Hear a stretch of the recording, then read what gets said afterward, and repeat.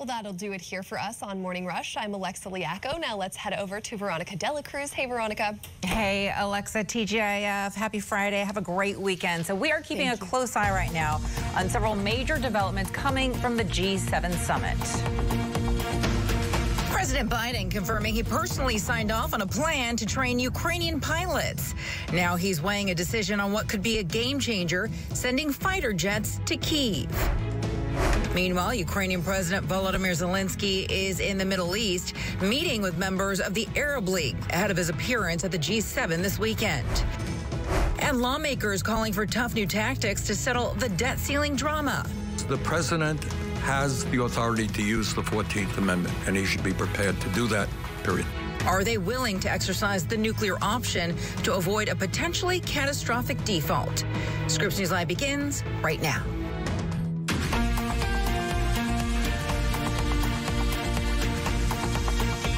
Sources close to President Biden say that he is weighing a decision on what could be a game changer for Ukraine. Biden signing off on a plan to have American troops train Ukrainian pilots with new fighter jets. He could send those F-16s to Kyiv in the coming months. Welcome to Scripps News Live. Thank you so much for being with us on this Friday. This is your Friday edition of Scripps News Live. I'm Veronica De La Cruz. So both of these major developments right now coming out of the G7 summit, they've been confirmed to Scripps News by a senior Biden administration official. And that source has been telling our White House correspondent Haley Bull that this training will take place in different locations across Europe over the next few months. And during that time, the president, along with his allies, will make the final decision on if they will provide those fighter jets to Kyiv, and if so, what kinds of resources they're willing to commit. In the meantime, Ukraine's president, who is attending the G7 in person this weekend, is in Saudi Arabia meeting with members of the Arab League. Saudi Arabia's crown prince has expressed interest in mediating peace talks between Russia and Ukraine, saying that his country is willing to do, quote, whatever helps in reducing the crisis. Correspondent Chris Gilbert reports for us now from Tokyo on both of these developments, as well as new sanctions agreed upon by G7 leaders this morning. President Biden and the G7 leaders want the war in Ukraine to conclude as quickly as possible, and they are demanding that Russia immediately and unconditionally withdraw all of their troops from Ukrainian territory. They believe that the sanctions already in place on the Kremlin are working, and they want to heighten them to starve Russia of the resources that it needs to continue this war any longer. And so these enhanced sanctions include limits on the flow of Russian diamonds around the world. In fact, the UK has just announced a ban on Russian diamonds, limiting Russia's finances from oil and mineral extractions, limiting its ability to access machinery and technology to continue the war, and also hunting out those and pursuing those and holding those accountable who are assisting Russia to evade sanctions. The one thing still on the table to discuss is further military support for Ukraine. There's going to be more conversation about this when Volodymyr Zelensky, the leader of Ukraine, attends the G7 summit in the coming days. Chris Gilbert for Scripps News in Tokyo. Well, the timing of Ukrainian President Volodymyr Zelensky's arrival in Japan is still unclear, but he will meet with the G7 leaders this weekend. Now, his goal is to drum up the material support that his military needs to get the long-awaited and long-delayed spring counteroffensive underway. Scripps News correspondent Jason Blaney reports for us now from Kyiv on why this meeting with the G7 is so crucial for President Zelensky and his troops. Well, I can tell you in 3 words: weapons, weapons, and weapons. Now we've got reports out of Washington that the Biden administration is apparently no longer going to stand in the way of other countries sending F-16s to Ukraine. These other countries, Britain, Netherlands, they've now got Biden's blessing. Until now, President Biden himself has just said flat out, no, not happening. So this would mark a major policy shift. And I can tell you, we've heard directly from Ukrainian fighter pilots who've been so frustrated that they're still flying old Soviet MiG jets, and those planes just don't have the technology to reliably shoot down cruise missiles and drones and provide much in the way of air support to troops on the ground. A few weeks ago, I spoke with a young MiG pilot. His name is Karaya. Here's what he said. We cannot win a war without air superiority. We need to establish parity in the sky. That is, we need to have the means to repel Russian aircraft. We've got a message into Karaya. We want to find out if he's going to be leaving the country soon to go train on those F-16s. We'll keep you posted on that. Thank you so much for that. I want to get you now to a developing story in the 2024 presidential election. South Carolina Republican Senator Tim Scott has now filed his paperwork to run for office. The only black Republican in the Senate is offering a more positive worldview than other GOP candidates, and he says he doesn't agree that racism remains a powerful force in today's society. Senator Scott says he represents how a family can rise from poverty to achieve the American dream. He's scheduled to make a formal announcement on Monday. In the meantime, Scott's colleague in the Senate, Tommy Tuberville of Alabama, taking some heat over his decision to hold up hundreds of military promotions. He says that he's taking a stand against a new Pentagon policy covering paid leave and travel costs for reproductive care. But in the process, he is preventing more than 200 service members from climbing the ranks. Let's get you right out to Scripps News congressional correspondent Stephanie Liebergen, who's been tracking the story for us.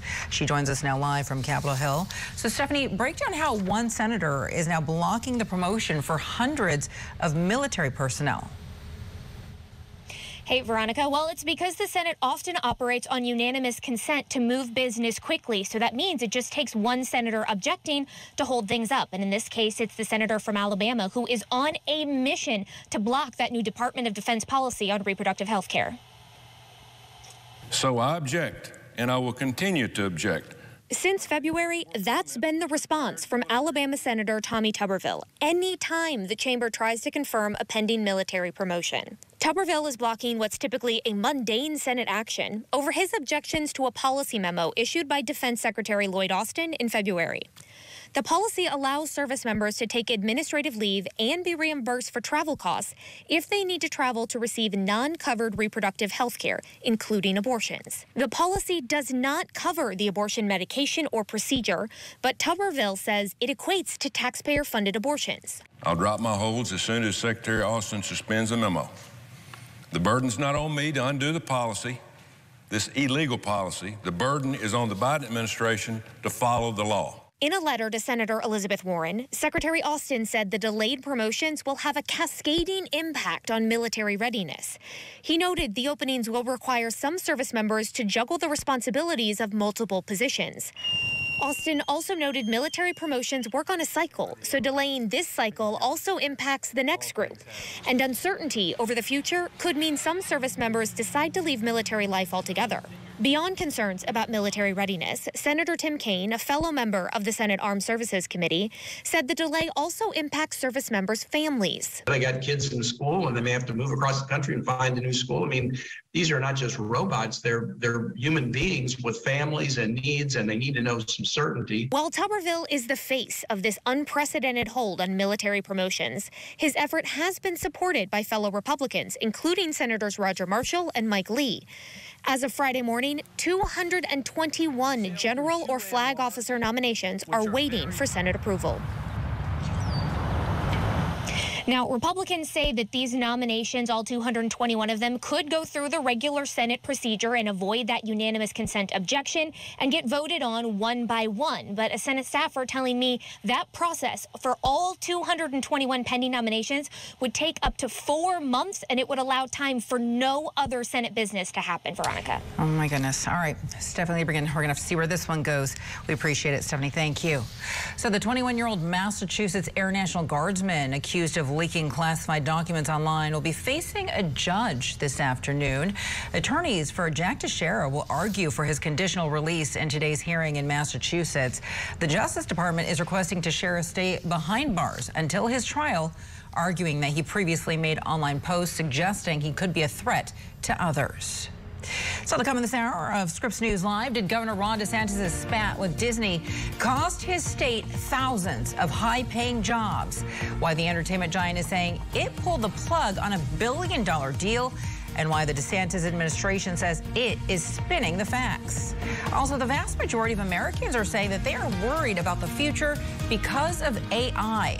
We're going to take you inside the results of a new eye-opening poll.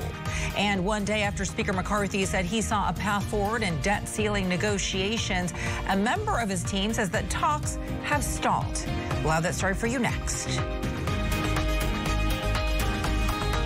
This year, Americans will spend $41 billion on auto repairs. That's right, billions with a B. Why is that number so high? because cars break down. Your vehicle is going to end up in a shop like this too, and if it's no longer under warranty, you're the one who has to pay the bill, and it could cost you thousands of dollars. That is, unless you call CarShield. With a plan through CarShield, administrators will pay for those costly repairs directly to the mechanic of your choice, including dealerships. That means you get protection on major parts and systems like the engine, transmission, electrical systems, and more. Plus, 24/7 emergency services for flat or damaged tires, lockouts, dead batteries, and towing at no additional cost. And there are even rental car options to keep you on the road. I've been a mechanic for 35 plus years now. I've seen thousands of repairs over the years. My happiest customers are the ones that come in who have some kind of auto protection policy that's going to cover the repair that they wasn't expecting anyway. I feel great about recommending CarShield to everybody I see. CarShield has a rich history of dependability, reliability, and success, and has been featured on leading networks like ABC, CNN, Fox News, and more. CarShield is America's most trusted auto protection company. My mom told me to call CarShield, and I saved $5,000. You should always listen to your mom. As soon as my car broke down, CarShield jumped into action, and I had my car back within days. I've been with CarShield for close to 7 years. I have 3 vehicles covered, and I saved close to $9,000. I called CarShield and saved over $5,000. Yes, CarShield is a good value. Every plan through CarShield comes with a price lock guarantee, which means no matter how many repairs you need, the price you pay today will never change for as long as you cover your car. Call now and save money with your price lock guarantee. It's not a matter of if your car will break down, but when. Call CarShield now before it's too late. Call 800-287-5264. 800-287-5264. 800-287-5264. How does Klein & Spector get among the most big verdicts and settlements of any law firm in the country? Because Klein & Spector is an award-winning team with 5 doctor lawyers, the most of any firm in the United States. And that's why the New York Times calls Klein & Spector a powerhouse law firm. So if a defective product, motor vehicle accident, or medical malpractice caused a catastrophic injury, call Klein & Spector. There's a better way to begin your mornings. Good morning, everybody. Welcome to Morning Rush. Thanks so much for being with us. Context and conversation. There's a new study that might make you feel a little bit better. Okay. So listen to this. On the stories that will shape each day. Here with us now is meteorologist Scott Withers. You got just wave after wave after wave. So you can get on with yours. Make sure you stay with us as we monitor this developing story. Morning Rush. Weekday mornings starting at 7, 6 Central. Only on Scripps News.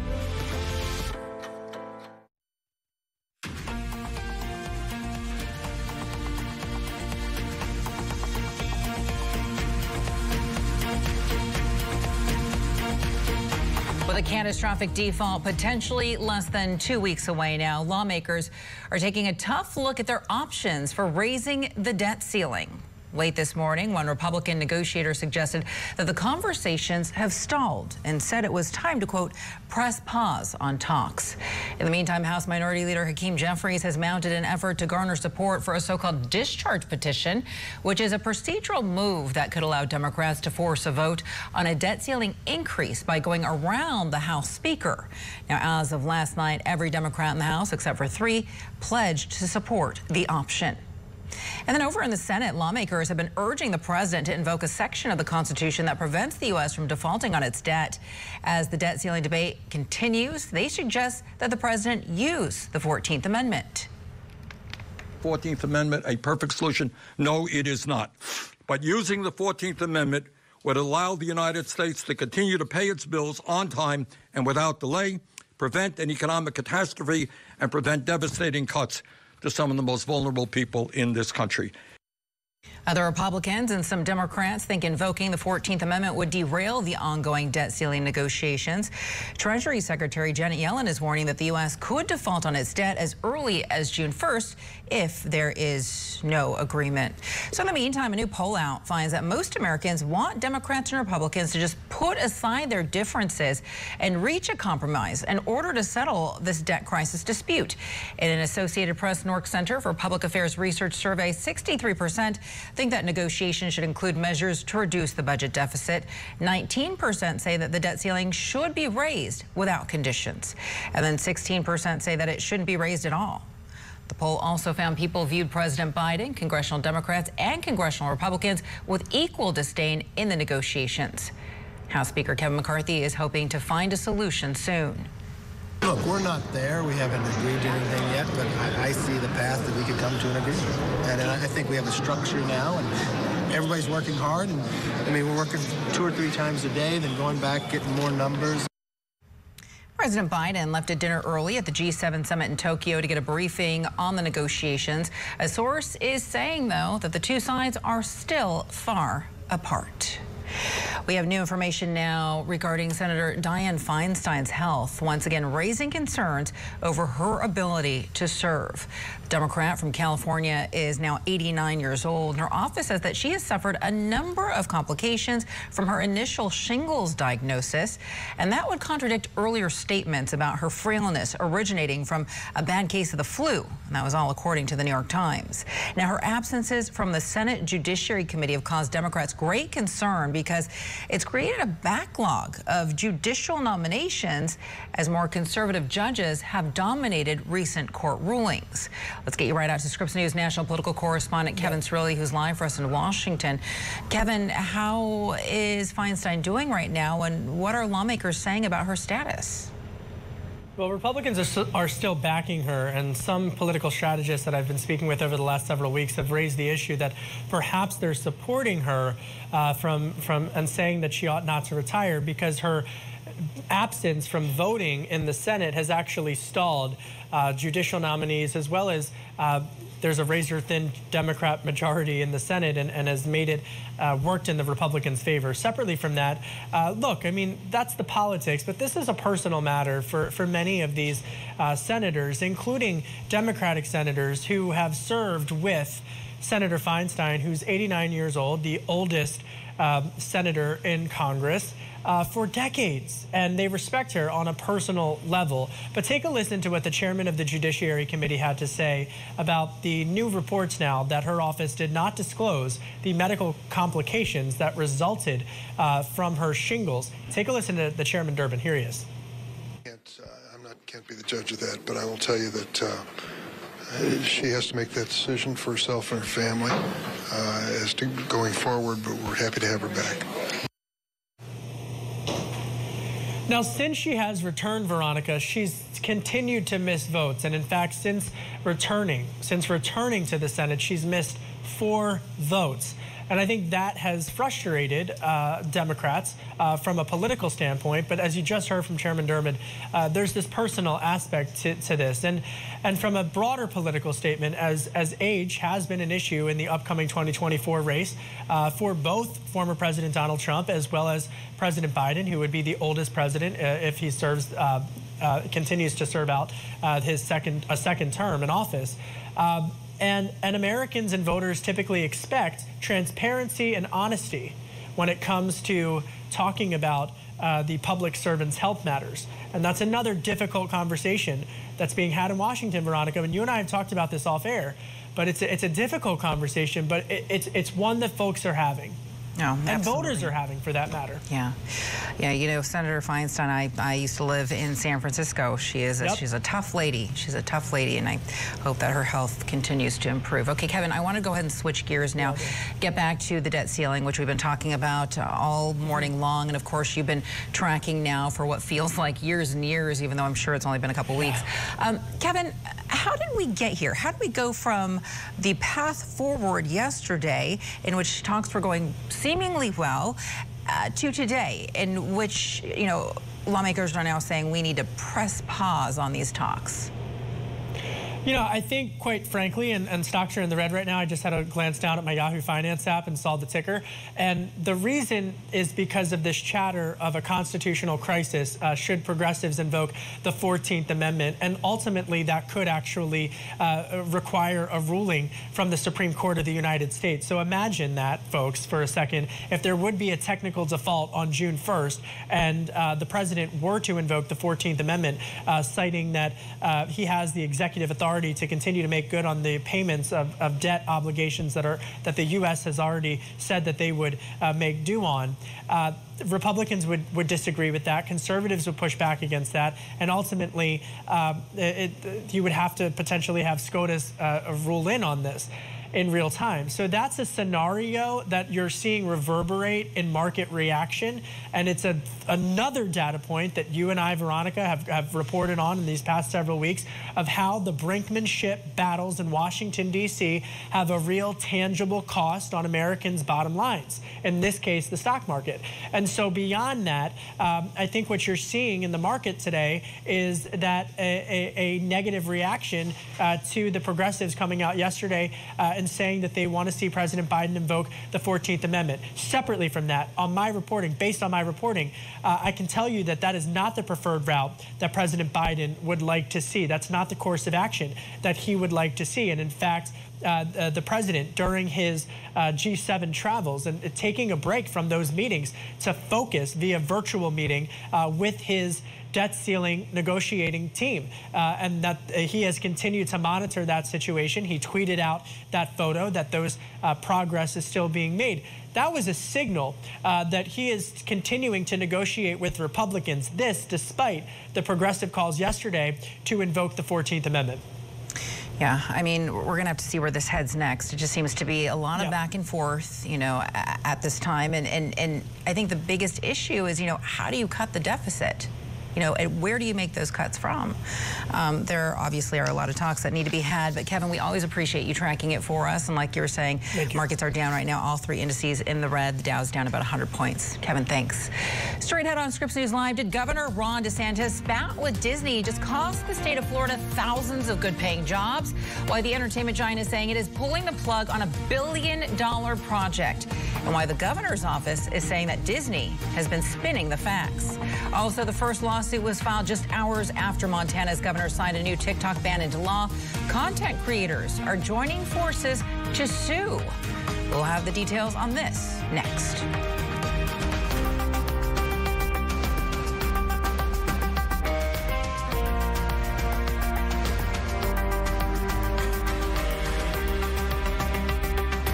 Do you spend hours maintaining your gutters? Save that time with LeafGuard's maintenance-free system. Call 1-833-2-GUTTERS. Mesh filters sit on top of your gutters, building up debris and eventually clogging. Then they need to be cleaned too. Honestly, your home should have been built with LeafGuard gutters. LeafGuard's wraparound hood deflects debris and keeps water away from your home. The one-piece seamless system is strong, 20% thicker than average, and built to last. Plus, LeafGuard is guaranteed to never clog for as long as you own your home. Right now, get a complete LeafGuard system for only $99 down, $99 a month, and $99 installation. You'll also receive a $100 Visa gift card with a free gutter inspection and in-home estimate. Damage from clogged gutters can cost you thousands. Never worry about clogged gutters again. Don't wait, you've still got time. Call 1-833-2-GUTTERS today. That's 1-833-2-GUTTERS. Do you have too much body fat? It tends to accumulate on your stomach, hips, and thighs. Are you struggling to lose weight? Does it seem like no matter what you do, you just can't get rid of excess body fat? Body fat builds over our midsection. Body fat increases from lack of exercise and poor diet. The Obesity Research Institute has found the solution. It's called Lipozene. Lipozene is clinically proven to help reduce your body fat and weight. And to raise awareness about this weight loss breakthrough, the company is letting people try Lipozene risk-free for 30 days. Now you can lose 4 times more weight. Just add Lipozene for only $29.95. Call right now and we'll double your order for free and ship it free too. And for a limited time, we'll double the size of each bottle for free. So now you have 4 times the Lipozene for just $29.95. Plus, you'll get Metabo Up Plus to help boost your energy and metabolism. But you must call. Lipozene is clinically proven to help you lose body fat. In fact, a double-blind study showed that not only did participants lose weight, but 78% of each pound that was lost was pure body fat. What's even more amazing is that people were not asked to change their daily lives. It's so easy. Just take Lipozene. That's it. If you're ready, then call the number on your screen right now. Lipozene is worth the price because Lipozene is clinically proven to work. Now you can lose 4 times more weight. Just add Lipozene for only $29.95. Call right now and we'll double your order for free and ship it free too. And for a limited time, we'll double the size of each bottle for free. So now you have 4 times the Lipozene for just $29.95. Plus, you'll get Metabo Up Plus to help boost your energy and metabolism. But you must call. Call 800-224-1751.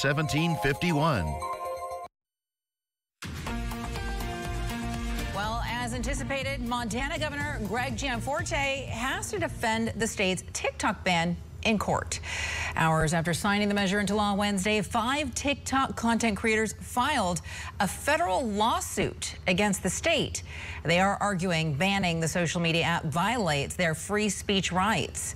The governor is saying he approved the measure to protect people's data from the Chinese tech company that owns TikTok. In response, TikTok is insisting users' data remain secure and declared that it would support those who challenge the ban. We have hundreds of thousands of users and creators and around 5,000 small businesses that use TikTok within Montana, and we're going to stand by them. We've seen a lot of chatter on the internet, on Twitter, elsewhere from both sides of the political spectrum, where you see civil and digital liberty organizations pointing out the First Amendment and other constitutional flaws with this piece of legislation, and we're eager to see what happens going forward. Now, as of now, the ban is set to take effect on January 1st. So the feud between Governor Ron DeSantis and Disney is costing the state of Florida 2,000 jobs. Disney is throwing out plans for a $1 billion campus in Orlando. The company reportedly told employees the decision was based on, quote, new leadership and changing business conditions. DeSantis now controls Disney World's self-governing district. The takeover serves as a punishment to Disney's public opposition to the so-called Don't Say Gay bill. The company and state both have lawsuits against each other that are playing out in state court right now. Joel Lopez with Scripps News West Palm Beach has more on Disney's decision to scrap the billion-dollar project and how it might be affecting Florida's economy. Some people I spoke with say they worry if Disney's pulling back, that other companies may follow suit. But a business expert that I spoke with says that nothing was official, so there really is no loss. The happiest place on earth is hitting the brakes on a $1 billion project that was set to relocate 2,000 jobs from California to Florida. It's sad for the people of Florida who are looking for jobs. Barbara and James Glazier. I love Disney. Worry that the loss for Orlando would have brought a lot of money to Florida. Could have a ripple effect in South Florida. They go to Disney, they may go to Lauderdale, they may come here with the new Bright Line. And it brings in a lot of people from other states. Disney says the change in plans are due to new leadership and changing business conditions. The DeSantis administration says the state was unsure whether the project could come to fruition. When you're talking about big economic development projects like that, and you're talking about big dollars to invest in the construction of a big facility, it's not unheard of to put those plans on hold. Kelly Smallridge, the CEO of the Business Development Board of Palm Beach County, says the market and interest rates have impacted projects throughout the state. You really have to take a look at whether they had a shovel in the ground. Orlando is not feeling the pain of losing jobs. It's not as though the jobs were in place and then there was a major layoff. Smallridge says that Palm Beach County hasn't seen repercussions from Disney's decision and that local economic development continues to grow. CEOs are interested in whether or not our county commission and our city mayors have a pro-business attitude and are willing to expedite processes. And we're very fortunate in this county that we have all of that. And I've not had one executive ask me about Disney and their decision. Disney still has other long-term plans, hoping to invest $17 billion and create 13,000 jobs over the next 10 years. Joel Lopez for Scripps News. We're going to be digging deeper into the feud between Disney and the DeSantis administration in your 2 p.m. Eastern hour of Scripps News Live. We're going to be joined by Representative Anna Escamani, who represents Orange County, Florida, and we'll be speaking about how this rift between the state and one of its largest employers began, where it is now, and what the message that the spat sends to other businesses that might be considering investing in the state of Florida. All right, it is 29 minutes after the hour now. Let's get you up to speed right now. The biggest stories we're tracking for you.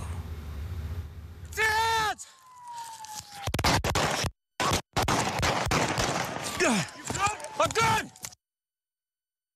This is body camera video of police confronting an 18-year-old suspect after a shooting rampage in a New Mexico neighborhood. Investigators say officers shot and killed him after he walked around the area shooting randomly. 3 elderly women, 6 other people, including 2 officers, were injured in the rampage. Difficult to be inside somebody's mind, but he is yelling on the ring footage, come kill me. He has opportunities to run off. He does not use those opportunities. So yes, it's my belief that ultimately in his head, he has made a decision that he's going to stand and fight it out until he's killed. Police say they found an arsenal of legal firearms and other weapons at the shooter's home. New details about the man who shot and killed 5 of his co-workers at a Louisville, Kentucky bank last month before police killed him. Unsealed police warrants say the gunman planned the attack and made sure to keep his phone in his shirt pocket so he could live stream it. Police also found a manifesto at his home, but they haven't released the contents. The shooter's parents have spoken publicly about his mental health struggles. And a judge will soon decide whether to release the writings of a gunman who police say killed 6 people at a Christian school in Nashville, Tennessee in March. Metro Nashville police have refused to release the writings, and people who want them released are saying they will provide vital information about the mind of someone who might consider gun violence. Opponents fear that they may inspire copycat attacks. Now, as gun violence in America rages on, more and more people are taking notice. According to the Gun Violence Archive, there have been more than 260 shooting incidents across the country in just the past 72 hours. And more than 16,000 Americans have been killed by guns so far this year, and we aren't even halfway through the year. A new poll out conducted by Axios and research company Ipsos says that gun violence has moved to the top of the list as the country's greatest health concern. Here's how things have changed among Americans polled since February. The #1 threat to public health is listed as access to guns or firearms, moving from 17% to 26%. Opioids and fentanyl dropped just 1 percentage point, and that's the same for obesity, while cancer fell from 12% to 8%. Joining us now to go through some of these results is Axios Senior Healthcare Editor Adriel Bettelheim. Adriel, thank you so much for your time today. Thank you for having me. So this latest poll came out before the most recent violence, some of which we just discussed, that school shooting that took place in Nashville. Then there was a mass shooting at an outlet mall in Texas. There was also the rampage, the shooting rampage that we just spoke about in Farmington, New Mexico. Regardless, how significant is this shift that you're seeing in public opinion?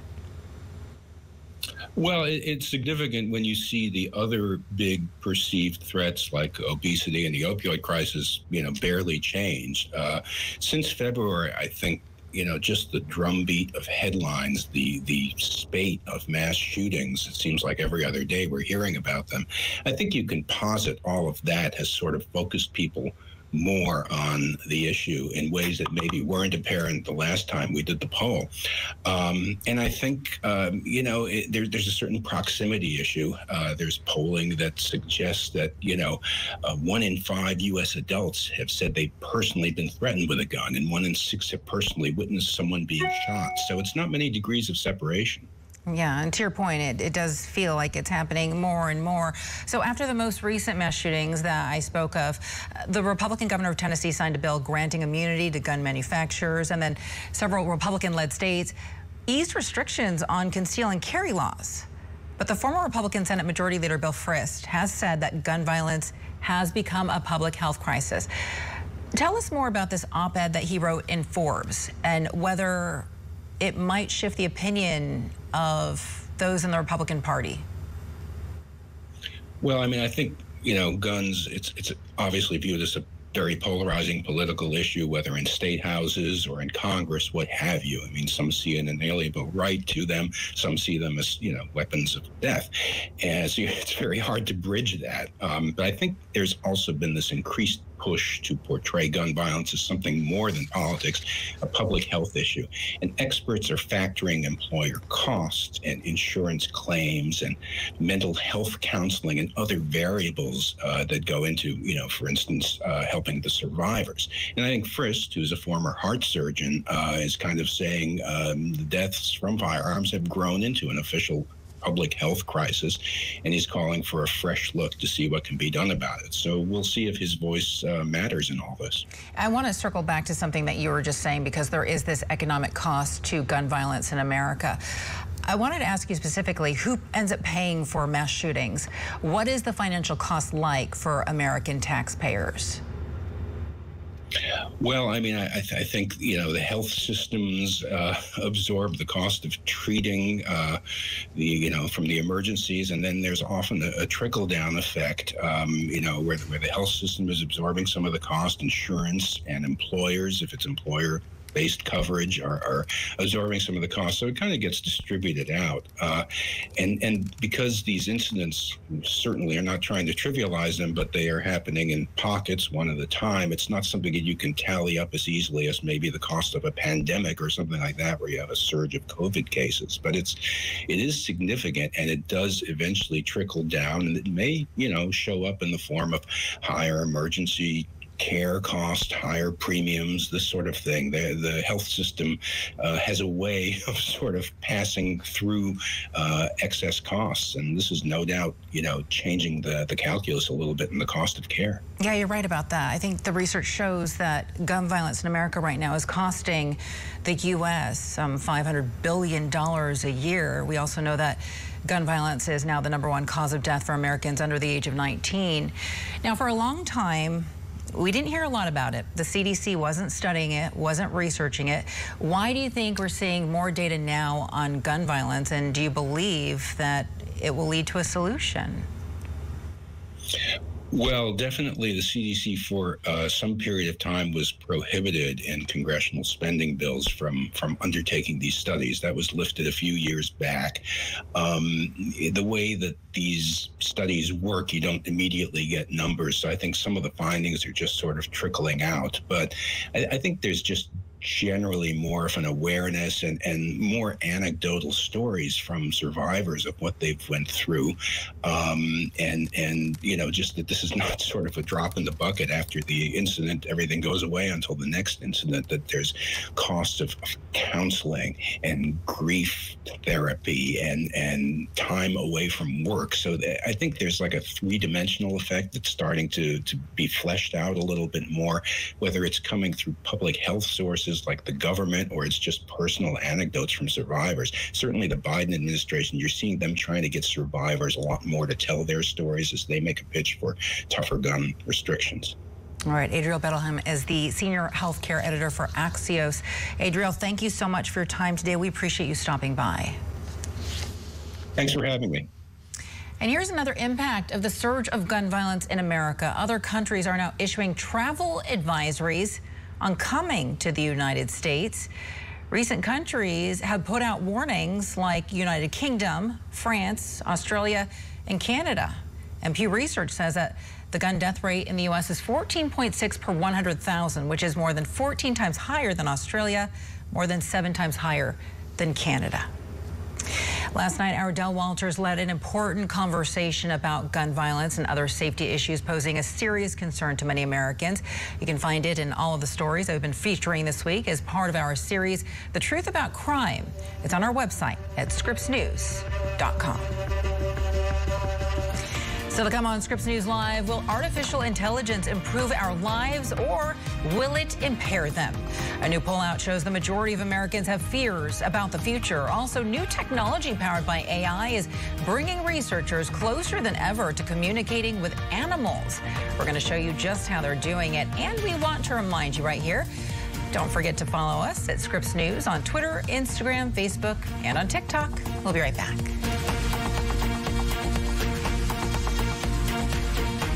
There's a lot to watch on TV these days. Problem is, most streaming options are incredibly pricey, and you'll end up paying for the local channels you can get for free. Luckily, there's a solution.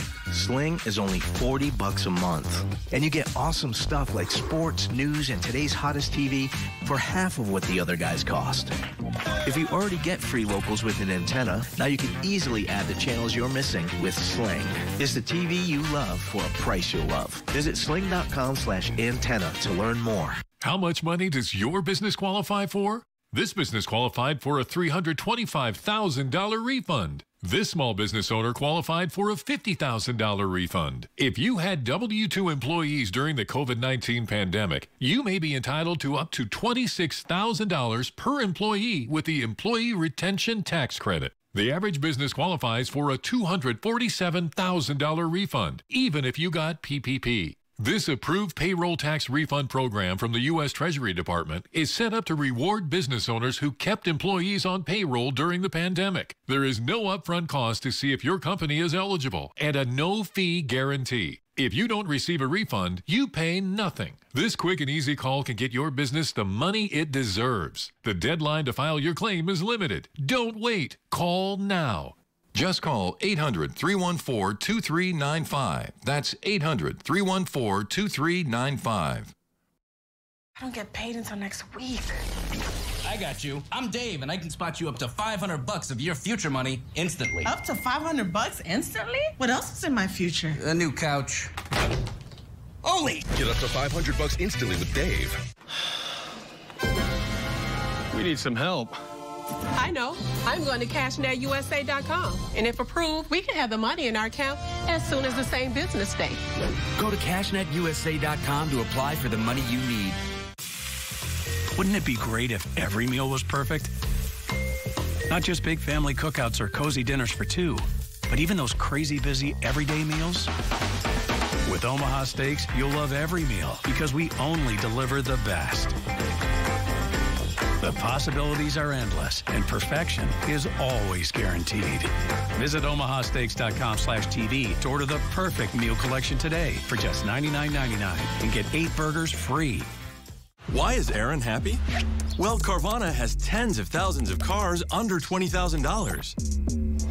So Aaron's folks could help hook him up with a new ride. We'll drive you happy at Carvana. How does Klein & Spector get among the most big verdicts and settlements of any law firm in the country? Because Klein & Spector is an award-winning team with 5 doctor lawyers, the most of any firm in the United States. And that's why the New York Times calls Klein & Spector a powerhouse law firm. So if a defective product, motor vehicle accident, or medical malpractice caused a catastrophic injury, call Klein & Spector. This is The Upside, where we shine a light on the brighter side of news. With authority. This is my purpose. Anybody can do it. These are the stories of good people doing great things. Weekday mornings at 5:30, 4:30 Central on Scripps News. And a quick note right here, we'd like to hear from you. You can always call us on our Scripps News viewer hotline toll free. That number, 1-833-4-SCRIPPS. Don't forget to share your comments, your story ideas with us at any time. So artificial intelligence is the future, and that future looks bleak to most Americans, according to a new poll out from Reuters and Ipsos. Their data shows that 61% of Americans are concerned about the negative effects of artificial intelligence. The possibility of the technology eliminating jobs and maybe spreading misinformation has been triggering those concerns. 22% don't believe AI poses a risk to humanity. 17% are unsure. AI companies have acknowledged people's concerns and requested the federal government to regulate the technology. So we've talked a bit about the fear that comes with AI advancements, but what about the hope? We're about to show you the new technology driven by artificial intelligence that's bringing scientists closer than ever to communicating with animals. Scripps News in Real Life documentary series filmed with elephants, bats, and bees to capture some incredible and never before seen moments of humans connecting with wildlife. Take a look. Oh, wow. The goal would be to create something like a Google Translate for non-human languages. It's a breakthrough that could change everything we think about the natural world and how us humans fit into it. It's opening up many new doors to understand the non-human world, and maybe their claims to human exceptionalism, the claim that humans alone possess language, now seem a little more dubious. National correspondent Sam Eaton joins us now to tell us more about this animal communication research. Sam, thanks so much for being with us. Tell us exactly how artificial intelligence has been helping scientists communicate with animals. Well, Veronica, I mean, under the hood of these incredibly sophisticated algorithms that, are making headlines right now, the scientists are actually using some of these algorithms for scientific research. The language learning algorithms being the prime example. I mean, these are actually amazing programs when you think about it. They've been applied to the human language. And when you look at like a 200-dimension rendering of what that looks like, it's like looking, into space at the stars, whereas every star is a word in the English language.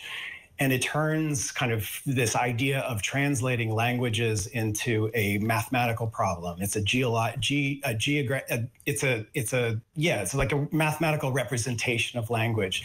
And what they've discovered when they did this is that all human languages basically have the same shape. So if you lay one on top of the other, you can get a direct translation. Now the question is, with animals that have sophisticated communication, whether that's elephants or whales, if we get enough data and information from the animals, feed them into these algorithms, how much of that shape would overlap? And if you get overlapped, you get a translation. That's just one way this technology is being used to look into this question of animals and language. It's like this would take scientists basically a lifetime to do this work. They're doing it in weeks. That's how powerful this technology is. I hear you. I've used ChatGPT, and it's amazing how quickly ChatGPT can spit out information. For the documentary, you really covered a lot of ground. We're looking at some of the images here. Tell us what you saw, where you went to report on this kind of story, and really what your biggest takeaways were. Yeah, we traveled all over the world to look into this story. We went to Tel Aviv, where scientists are looking at Egyptian fruit bats and their vocalizations, basically using AI to decode information within their calls. Research that so far has changed the way the world looks at bats, how sophisticated they are socially and with their communications. We went to Berlin, where they're using robotics as a way to communicate with honeybees, and actually have used a AI-fueled robotic honeybee in a hive that can translate the waggle dance of honeybees so that you can tell a honeybees where to go for the source of the nectar. It's communicating those coordinates to the bees. And Kenya, just an amazing project there, looking at if elephants have actual unique names for each other, and finding what those names are, testing them in playbacks with the actual elephants. So that was in the teaser that we saw, where we're actually talking to an elephant. Amazing stuff. But one of my favorite parts of the film was when we spent time with hunter-gatherers who believe that, their ability to communicate with other species still exists. It's something that goes back for millennia, essentially, and have this ancient partnership with a bird called the honey guide, which they communicate with and it helps them find where the honey is. They share the honey at the end with this bird. It's this wild human partnership that's gone back since the beginning of time. Wow, it's just really, really fascinating stuff. And to hear you say that you were communicating with elephants it really is, it's amazing. I know also when it comes to decoding language, I'm sure pet owners are going to be so excited to be able to finally figure out what it is that their cat or their dog is thinking or even saying. Sam Eaton reporting live from Connecticut. Yeah, as a pet owner, I would, yeah. Right? Your goldfish, your turtle, right. They want food or a walk, right? One or the other. All right, Sam, thank you so much. You can watch the entire documentary this Sunday night. It is a special 1-hour episode of In Real Life. It's called Voices of Nature, and it premieres at 8 p.m. Eastern right here on Scripps News. You don't want to miss it. Also, coming up today at 3 p.m. p.m. Eastern. We're going to be taking a closer look at how artificial intelligence has been used on humans when it comes to healthcare, the risks and the benefits. We'll be studying it all. Again, that is at 3 p.m. Eastern on Scripps News Live. Coming up next, a brand new WNBA season tipping off tonight. All eyes will be on Phoenix Mercury star Brittany Griner. We're going to take you inside her anticipated return to the court. That's next.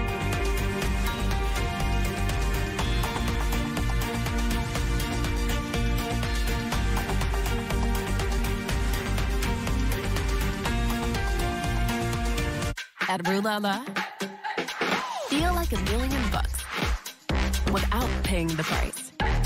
Seize the deals on top names before they're gone.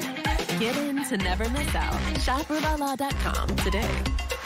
Hi, I'm Kirk Kaiser, and did you know the average funeral costs around $10,000? And if you don't have enough insurance to cover funeral costs, credit card debt, and other expenses, your family is going to get stuck with the bill.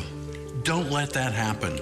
Call right now. And if you're over 50, you can get up to $30,000 in affordable life insurance, and your acceptance is guaranteed.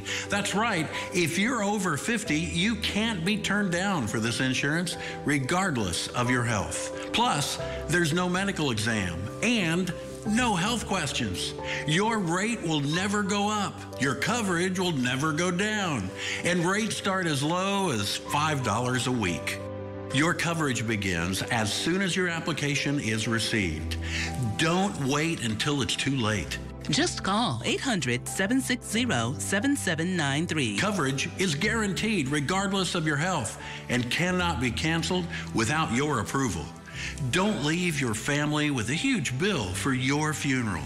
With one fast and easy call, get up to $30,000 in affordable life insurance to help cover funeral expenses and credit card debt, and maybe even leave something for your kids and your grandkids.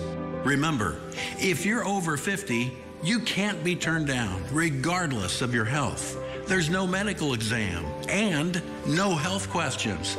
Best of all, your rates start as low as $5 a week, and your rate will never increase. Nothing is more important than family. So don't leave them with a lot of bills to pay when you're gone. Don't leave your family with a lot of bills to pay for your funeral. Call right now. Acceptance is guaranteed. Call right now. Call now. Call 800-760-7793. That's 800-760-7793. I mean, come on. How is a sneaker getting put on without me touching it? The shoes you wish you had sooner. Kizik's hands-free shoes. Just collapse so easily.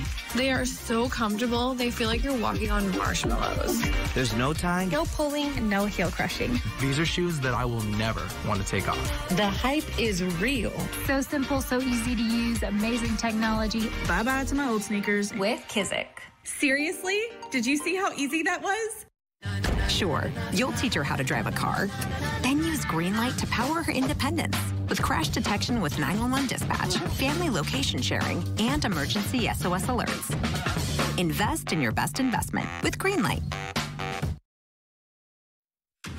Well, the WNBA kicks off its 27th season tonight. There are 4 games on the schedule with 2 more tomorrow as the league tries to build on its growing popularity. Last year was the most watched season in 16 years. But later tonight, all eyes will be on this player, Brittany Griner, as her Phoenix Mercury faces the LA Sparks in the City of Angels. And it is going to be a monumental moment since Griner spent 10 months in a Russian jail. Our sports contributor Paul Crane has more now on what the game means to the league and the 7-time All-Star. Brittany Griner will be playing in a WNBA game for the first time since October of 2021, when Phoenix lost in the WNBA Finals to Chicago. Griner's comeback promises to be important on many levels.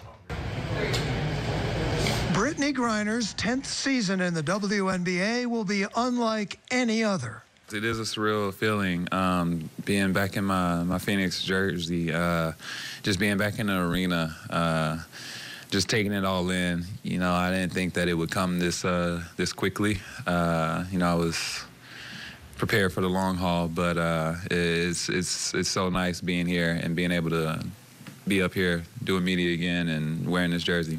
Griner's number 42 jersey has been among the league's best sellers at the WNBA's souvenir stands since her rookie season of 2013. Her WNBA return will be a welcome change from the 11-foot cell the near 6-foot 9-inch star lived in for most of the last year. Hate that, I missed last season, so just being back on the court in front of the fans, feeling the energy, just getting back to being normal. Griner was held in Russia for nearly 10 months on drug charges after cannabis-laced vape vials were found in her luggage. She was eventually released in a high-profile prisoner swap with Russia, which saw a notorious Russian arms dealer set free.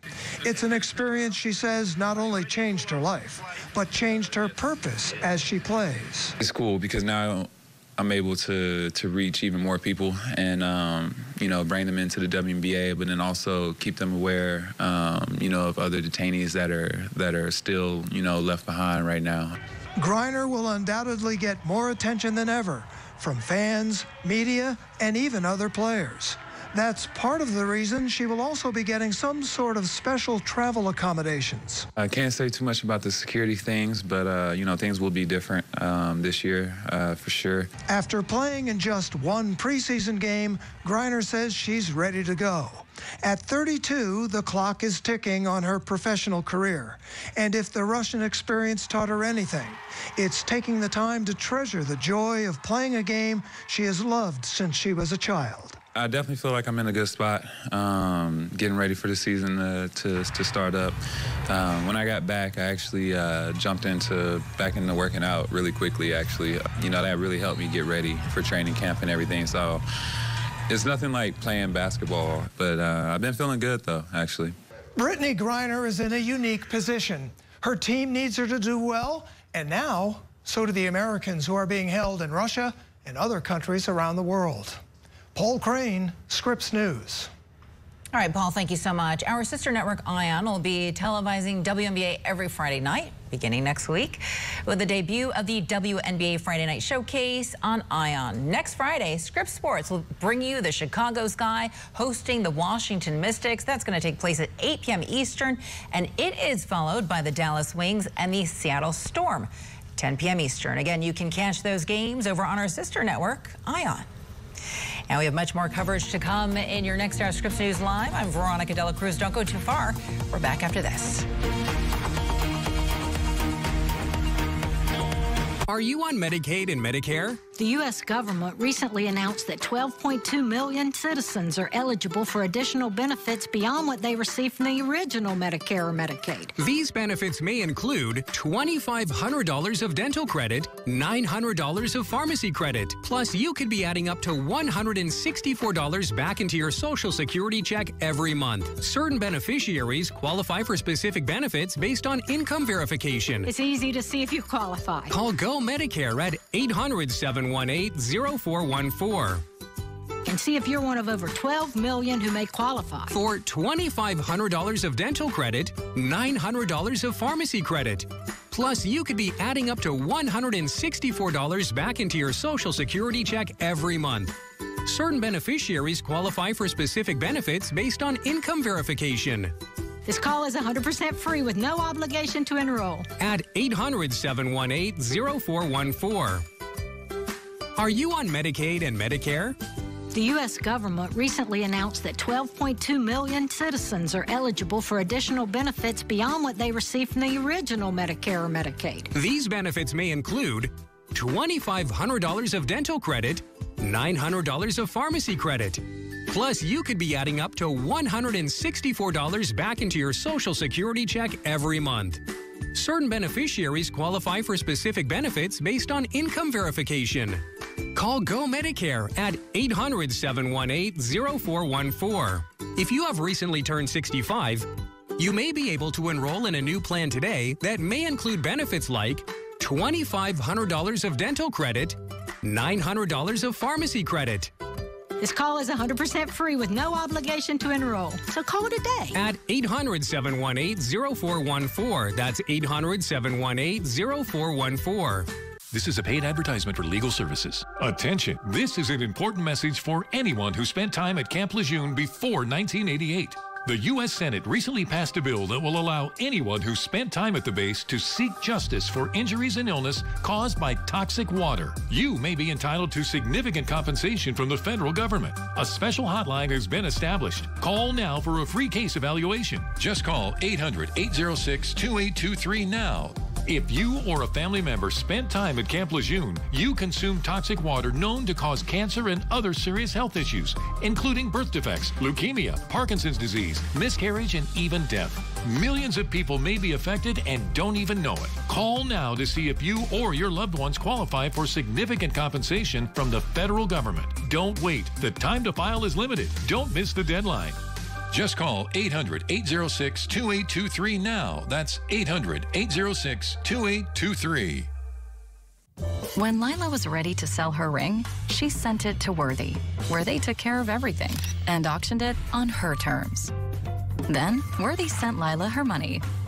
Get what you're worth at worthy.com. On a special 1 hour in real life. Create something like a Google Translate for non-human languages. It's amazing. Voices of Nature on In Real Life. New episode Sunday night at 8/7 Central. Only on Scripps News.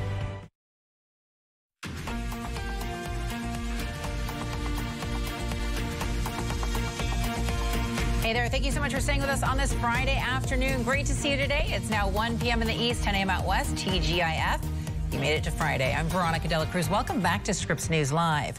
We begin this hour with new developments out of the G7 summit in Tokyo. Sources close to President Biden say that he is weighing a decision on what could be a game changer right now for Ukraine, including how the U.S. might provide Ukrainian pilots with fighter jet training.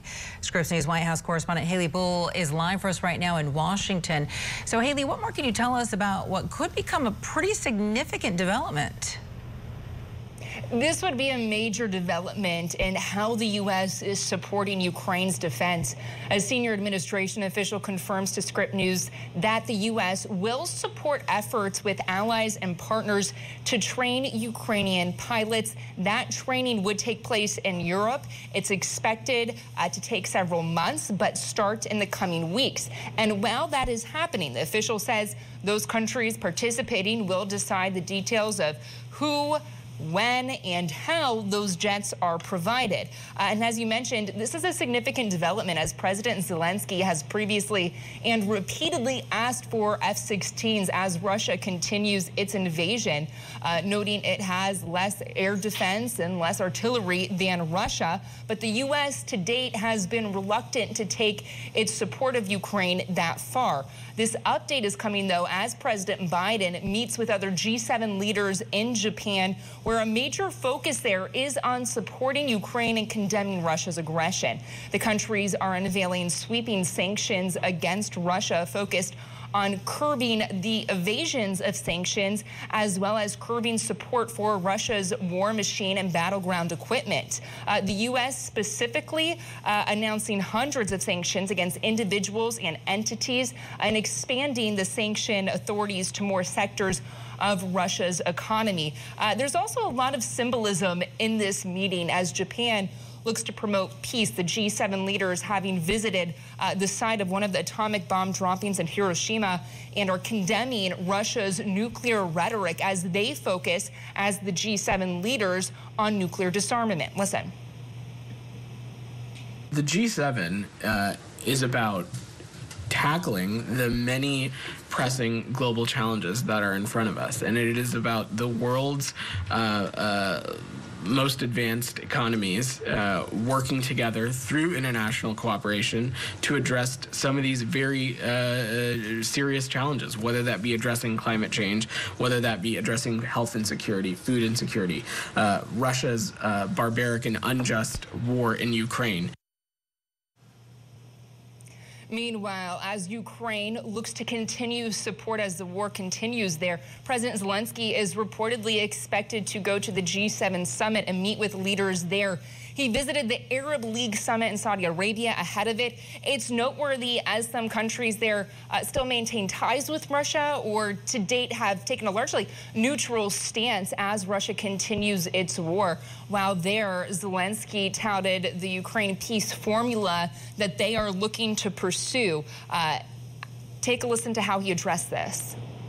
Even if there are people here at the summit who have a different view on the war on our land, calling it a conflict, I'm sure that we can all be united in saving people from the cages of Russian prisons. Unfortunately, there are some in the world and here among you who turn a blind eye to those cages and illegal annexations. And I'm here so that everyone can take an honest look, no matter how hard the Russians try to influence. There must still be independence. And looking at the remaining time in the G7 summit, Veronica, there's expected to be a large focus on economic security, as well as the G7 leaders uniting in an approach to China, again, seeking that U.S. strategy of competition, not conflict. Now, keep in mind, the U.S. has really had a large focus on its Indo-Pacific relations, which is important as China seeks more influence. The president is expected to meet with Quad leaders in Japan now. He cut short the second leg of his trip that was scheduled to go to Australia for that summit. So they are still having that dialogue in Japan. Meanwhile, when it comes to the canceled leg of the trip to Papua New Guinea, Secretary of State Antony Blinken is now expected to make that visit, Veronica. All right, Haley Bull live for us in Washington with the latest on this. Haley, thank you so much. In other news at this hour, the 21-year-old Massachusetts Air National Guardsman accused of leaking classified documents online will be facing a judge this afternoon. Attorneys for Jack Teixeira will argue for his conditional release in today's hearing in Massachusetts. The Justice Department is requesting that he stay behind bars until his trial, arguing that he previously made online posts suggesting that he could be a threat to others. I want to get you now to a developing story in the 2024 presidential election. South Carolina Republican Senator Tim Scott filing his paperwork to run for office. The only black Republican in the Senate is offering a more positive worldview than other GOP candidates, and he says he doesn't agree racism remains a powerful force in today's society. Senator Scott says he represents how a family can rise from poverty to achieve the American dream. He's scheduled to make a formal announcement on Monday.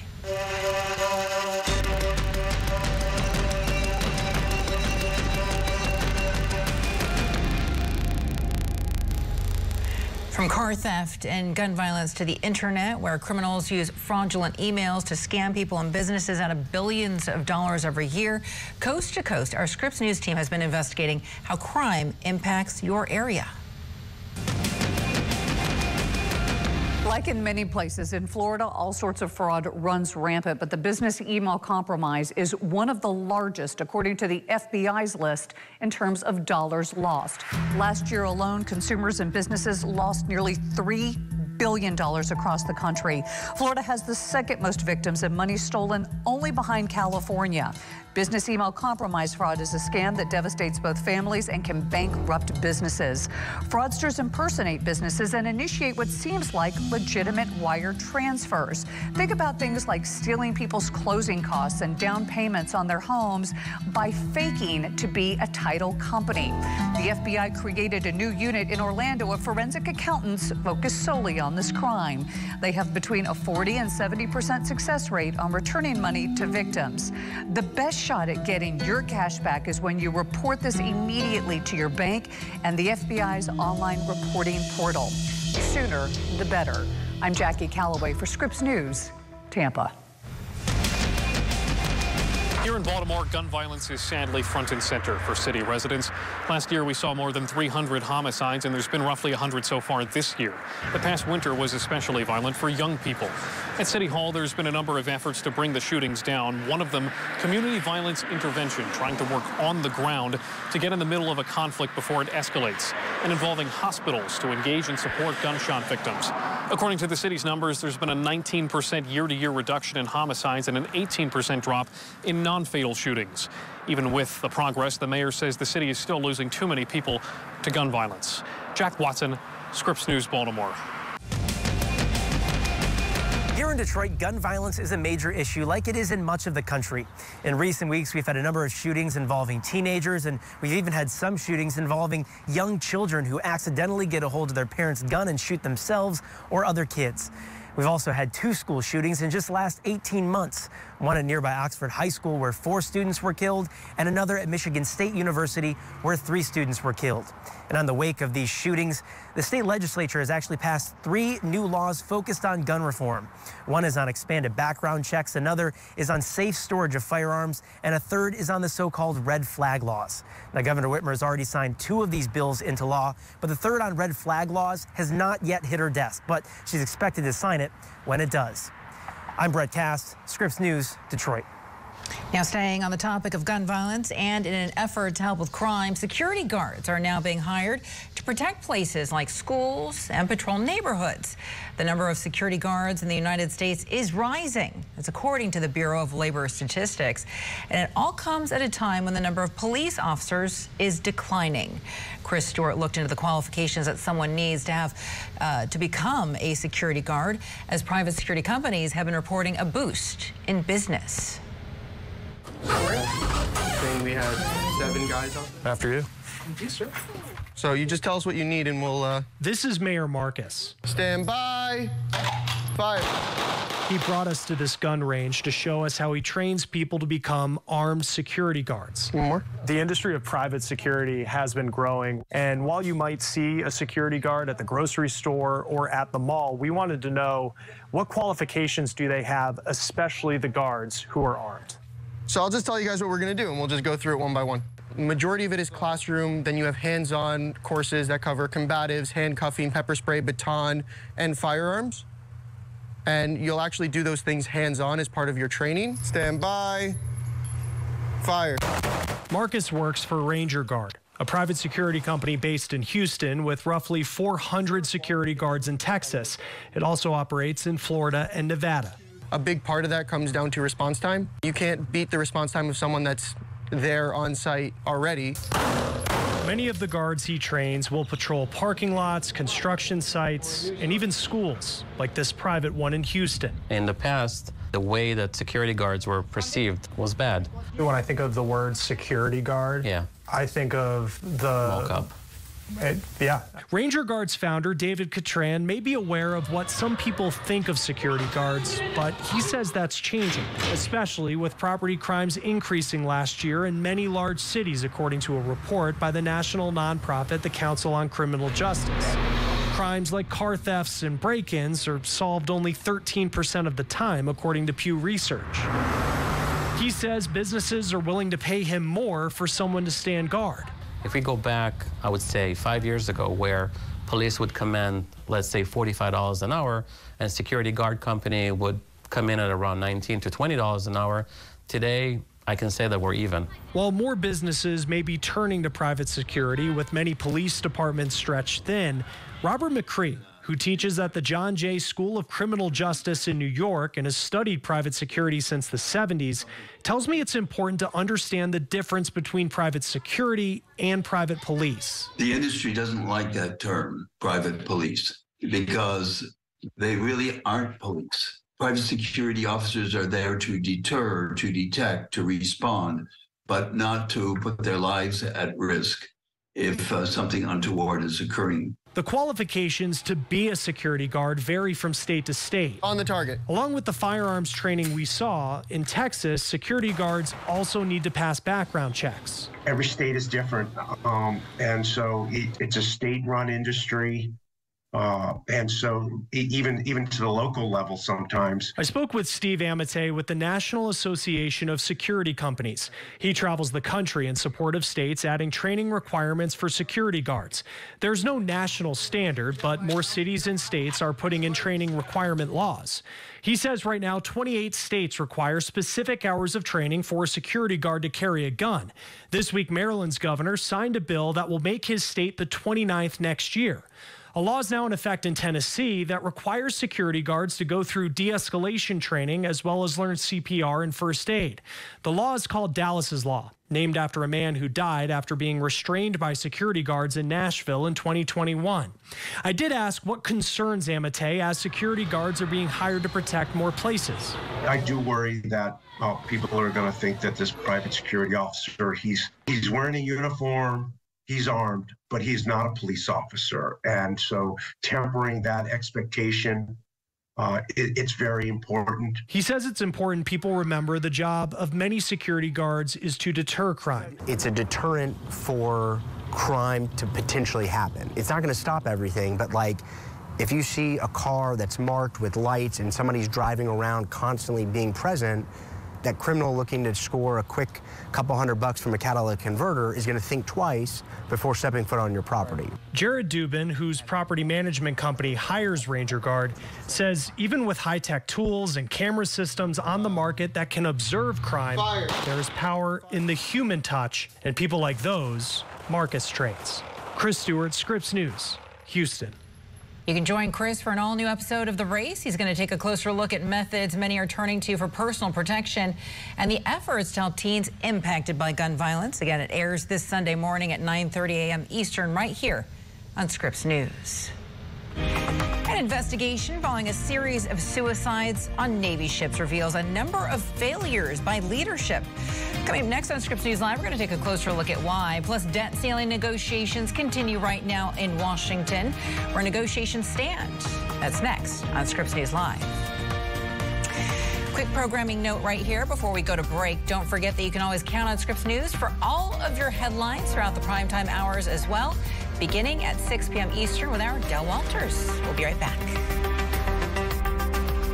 I had to replace my engine. The bill would have been over $4 grand, but my Endurance Auto Protection Plan covered it all. A broken AC unit costs over $1,800. A transmission, over $3,000. And an engine, over $4,000. Breakdowns used to mean paying thousands out of pocket, until now. Go to EnduranceWarranty.com or call Endurance today and stop paying for expensive auto repairs. Call 877-204-1467 or visit EnduranceWarranty.com for a free quote. Wouldn't it be great if every meal was perfect? Not just big family cookouts or cozy dinners for two, but even those crazy busy everyday meals? With Omaha Steaks, you'll love every meal because we only deliver the best. The possibilities are endless, and perfection is always guaranteed. Visit omahasteaks.com/TV to order the perfect meal collection today for just $99.99 and get 8 burgers free. At Rue La La, feel like $1,000,000 without paying the price. Seize the deals on top names before they're gone. Get in to never miss out. Shop RueLaLa.com today. How can a photo become a vibrant part of your home? When you go to tryfracture.com and print your images directly on glass. Get beautiful depth and clarity on a sleek frameless print that's easy to hang and looks incredible in any space. Go to tryfracture.com now to save 20% on glass prints. We're Carvana. We've created a brand new way for you to sell your car. Go to Carvana, answer a few questions, and our techno wizardry calculates your car's value and gives you a real offer in seconds. We'll come to you, pay you on the spot, then pick up your car. That's it. At Carvana. Sure, you'll teach her to drive a car. Then use Greenlight and teach her to save up for her own car. Mowing lawns and getting paid. Navigate the world of earning, saving, and investing together.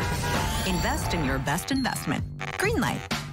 Attention firefighters, first responders, military base personnel, and airport workers. Listen closely to this important legal announcement. Have you been exposed to chemical-based firefighting foam? If so, you may be entitled to a substantial cash award without going to court. For decades, aqueous film forming foam, or AFFF, has been used to extinguish liquid fuel fires. A scientific study has now shown that the chemicals used to make AFFF are highly toxic to humans and can cause a significant risk of developing several types of cancer. cancer, including kidney, pancreatic, thyroid, prostate, bladder, testicular, liver, or non-Hodgkin's lymphoma. If you or a loved one are a firefighter, first responder, airport worker, or member of the military that has used firefighting foam and has been diagnosed with cancer, please call the Negligence Network to file your claim today. There's no fee unless we win your case. Call the Negligence Network to see if you're eligible for substantial compensation. Call 1-800-300-4858. That's 1-800-300-4858. With less than 2 weeks left until a possible historic default, a Republican negotiator has decided to hit the pause button on debt ceiling talks with the White House. It all comes days after House Speaker McCarthy spoke optimistically about reaching a deal soon. The Treasury Department has given a stark June 1st deadline until the country could default for the first time ever. President Biden is currently in Japan for the G7 summit, but is expected to be back in the U.S. this weekend to continue those negotiations. Let's get you right out to Scripps News congressional correspondent Nathan Reed reports live now from Washington. So, Nate, this late-breaking news coming in this morning regarding these negotiations hitting a snag. What exactly happened? Well, it's a key member of Kevin McCarthy's team, Congressman Garrett Graves, the Republican of Louisiana, who's been negotiating on behalf of Kevin McCarthy, hit a snag this morning, apparently walking out of a negotiation early with White House negotiators, telling reporters, quote, it's time to press pause because it's just not productive. Now, again, who those negotiators are: Steve Ricchetti, the counselor to the president, along with Shalonda Young and Representative Garrett Graves, are largely the ones who have been negotiating on behalf of President Biden and Speaker McCarthy. These have been mostly staff-level talks.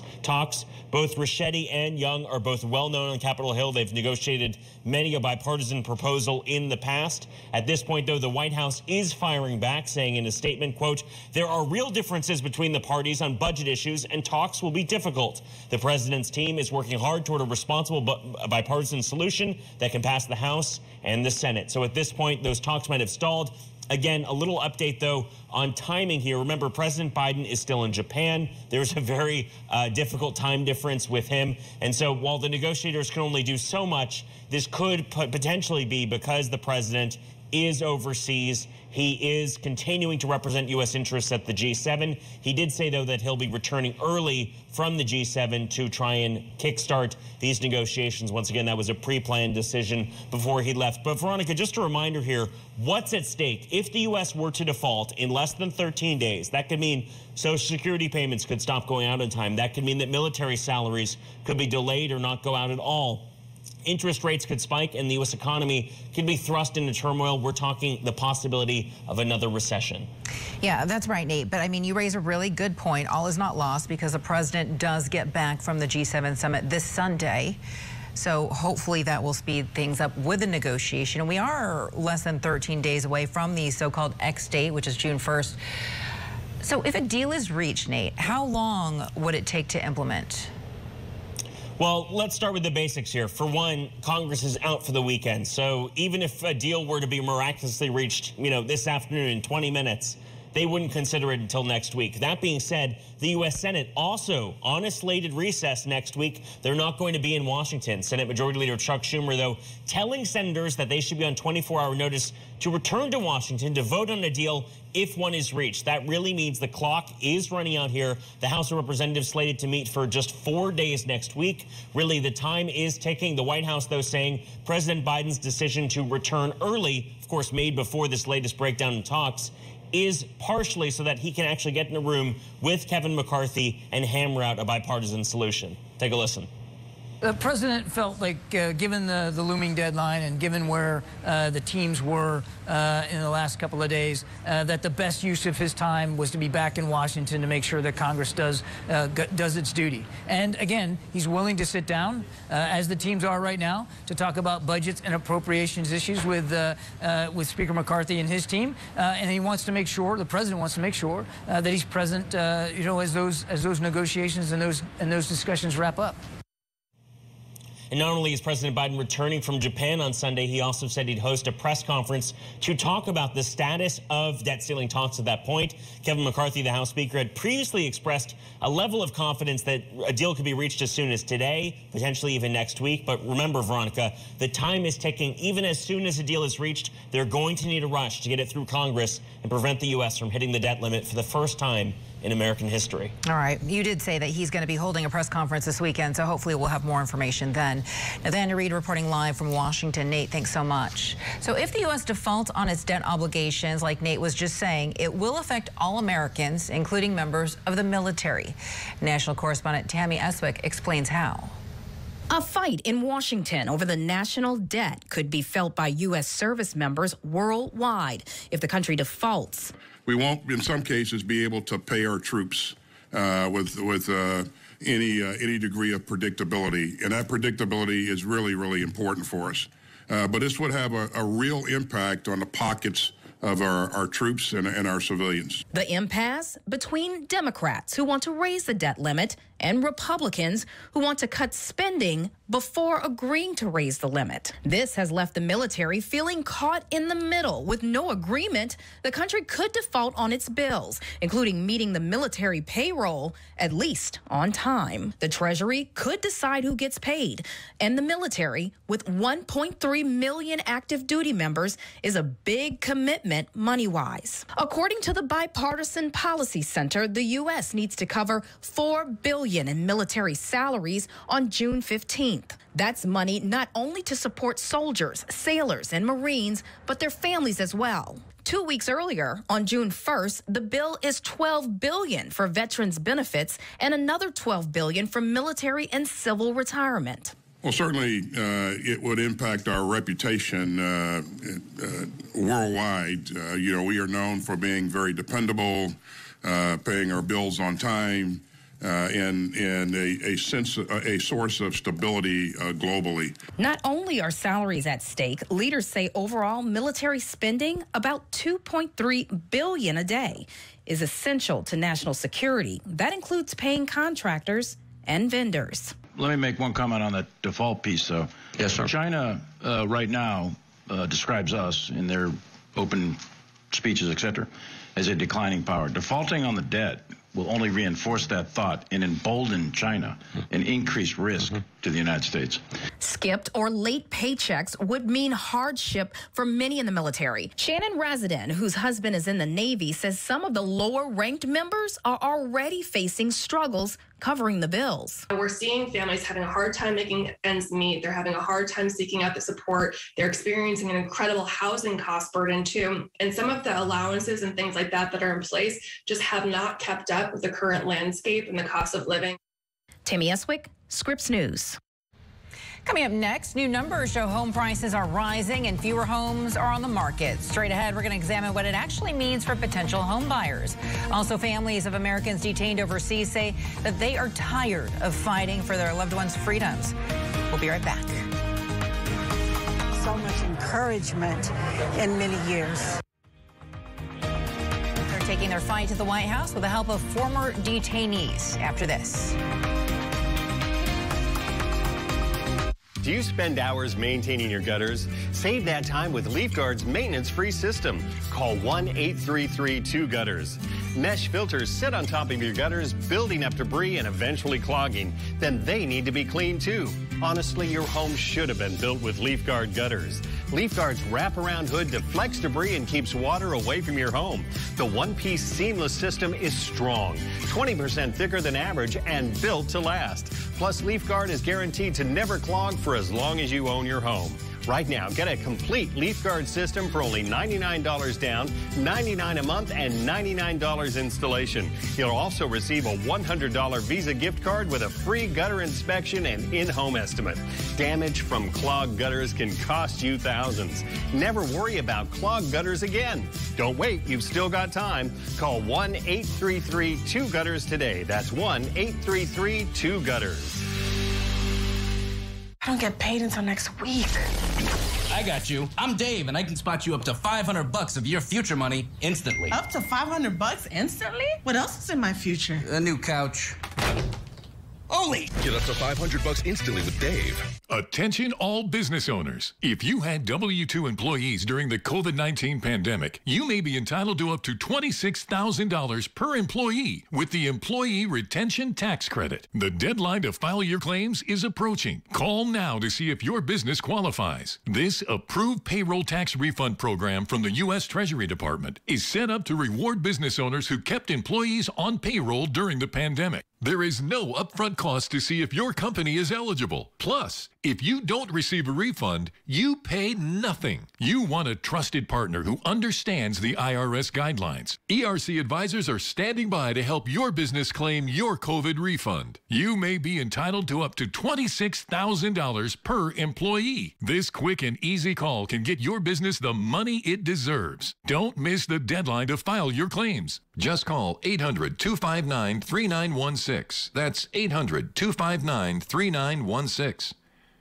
When Lila was ready to sell her ring, she sent it to Worthy, where they took care of everything and auctioned it on her terms. Then, Worthy sent Lila her money. You're worthy of more. Get started at worthy.com. Digging deeper into the headlines. We have some big stories to get to tonight. Shedding light on groundbreaking investigations and ending your night with something new. Thanks for joining us tonight. I'm Christian Bryant. Scripps News Tonight, live tonight, starting at 8/7 Central.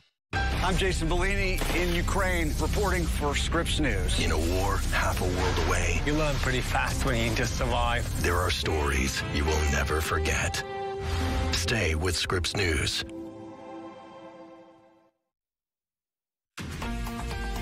Quick reminder right here, we'd like to hear from you. You can always call us on our Scripps News viewer hotline, toll free. That number on your screen, 1-833-4-SCRIPPS. Share your comments and your story ideas. Newly released housing numbers don't spell good news for prospective home buyers.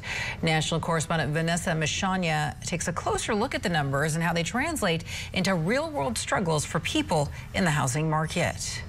Prices going up in half the country and sales going down everywhere. Those are the general takeaways from new housing numbers released by the National Association of Realtors. Existing home sales fell 3.4% compared to a year earlier. And even though the median home price fell 1.7%, half the country, mostly the Midwest and the Northeast, saw increases. The state of the market is blamed on a combination of factors, according to NAR chief economist Loris Yoon, which include, quote, job gains, limited inventory, and fluctuating mortgage rates over the last several months, which have created an environment of push-pull housing demand. Home resales have fallen 23% compared to April of last year. Low supply and high prices are continuing to make many types of housing unaffordable for Americans, including renters. I am now paying $24.80 a month. I spend every dime. I try to be really frugal. I have to make out my monthly food that I'm going to eat. I really have to budget my money because it actually takes one of my 2-week checks to pay rent. According to U.S. Census data, 19 million renters, that's more than 40% of all renters, are rent burdened, meaning households spend 30% or more of their monthly income on rent. People that's on fixed incomes can't afford the high rent, so they end up with family on the streets struggling, and it's hard. A recent Gallup survey shows that more than half of Americans are feeling pessimistic about the housing market. The last 2 years are the only time since 1978 that Gallup has seen a trend where less than half of the U.S. thought of the housing market as good. According to Bankrate, the national average for a 30-year home loan is 6.9%. That's compared to 2.96% back in May of 2021. As a result, last month, the Federal Housing Administration added an option for current homeowners with a mortgage to get a 40-year loan on a new home to help lower payments and avoid foreclosure. Their goal is to try to find ways to provide an affordable method for people to own a home. Vanessa Mishanya, Scripps News, Seattle. 31 minutes after the hour now. Thank you so much for being with us on this Friday. I'm Veronica De La Cruz. It is time now to get you caught up in the day's top stories. In Kentucky, new details right now about the man who shot and killed 5 of his co-workers at a Louisville bank last month before police killed him. Until police warrants say that the gunman planned the attack and made sure to keep his phone in his shirt pocket so that he could live stream it. Police also found a manifesto at his home, but they have yet to release the contents. The shooter's parents have spoken publicly about his struggles with mental health. In other news, authorities arrested a police officer today and accused him of leaking confidential information to Proud Boys leader Enrique Tarrio. 47-year-old Lieutenant Shane Lamond is also accused of obstructing an investigation after group members destroyed a Black Lives Matter banner at the U.S. Capitol. Earlier this month, Tario and 3 other Proud Boys were arrested on seditious conspiracy charges in the plot to keep then-President Donald Trump in the White House. Well, tonight, the world will witness Brittany Griner playing professional basketball yet again. It's going to be her first WNBA game since she was released from Russian detention last December. Since then, Griner has become an advocate for helping other Americans wrongfully detained overseas. Scripps News correspondent Maya Rodriguez explains how her voice has been helping a network of families with loved ones facing frightening circumstances. For many of the families whose loved ones remain wrongfully detained overseas, they want their message heard. But ultimately, they're seeking an audience of one. The president. Thank you for coming. In this alleyway, as the sun begins to set, a vigil comes alive.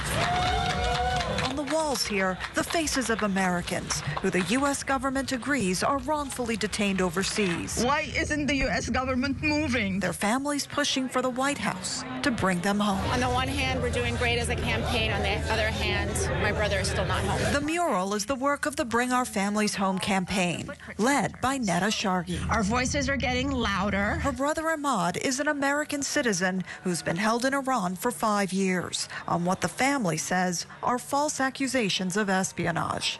His family hears from him occasionally when he's allowed a call home. It's difficult to hear his voice, and it's difficult to keep the hope up for him. But hope is what keeps Kay Denman going. This has been the longest it's ever been that I haven't been able to touch him. The Venezuelan government claims Denman's son Luke was involved in an attempted coup. He is one of several Americans currently being held in prison in Venezuela.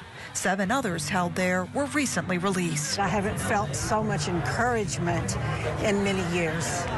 The positivity of everybody and people wanting to work with us. There are at least 53 Americans wrongfully detained overseas, according to the James Foley Foundation, established in honor of Foley, an American journalist who was kidnapped and killed in Syria. 75% of those detainees are in countries that have strained or non-existent relations with the U.S., including Iran, China, Venezuela, Syria, and Russia. Unfortunately, you don't fully understand what that's like until you've been in that position yourself. But former U.S. Marine Trevor Reed does, having been held in a Russian prison for nearly 3 years before his release during a prisoner swap last year. Being detained anywhere wrongfully is a nightmare, obviously, but the conditions in Russia are, needless to say, terrible. More than most, Reed understands what Wall Street Journal reporter Evan Gershkovich could face in Russian detention. For the entire almost 3 years that I was there, I was only able to see the sky and sunlight there directly maybe a handful of times, maybe 5 times, just while being transported from a vehicle into court. The rest of the time you're living in dungeon type conditions. His advice to Evan's family is to keep pushing and not keep quiet. Obviously, being vocal with the news is extremely important. A lot of it was my family. I knew that they were fighting for me and they were there for me and that they were going to do whatever it took to get me back. Keeping quiet about wrongful detentions overseas is what families in these situations were advised to do in the past.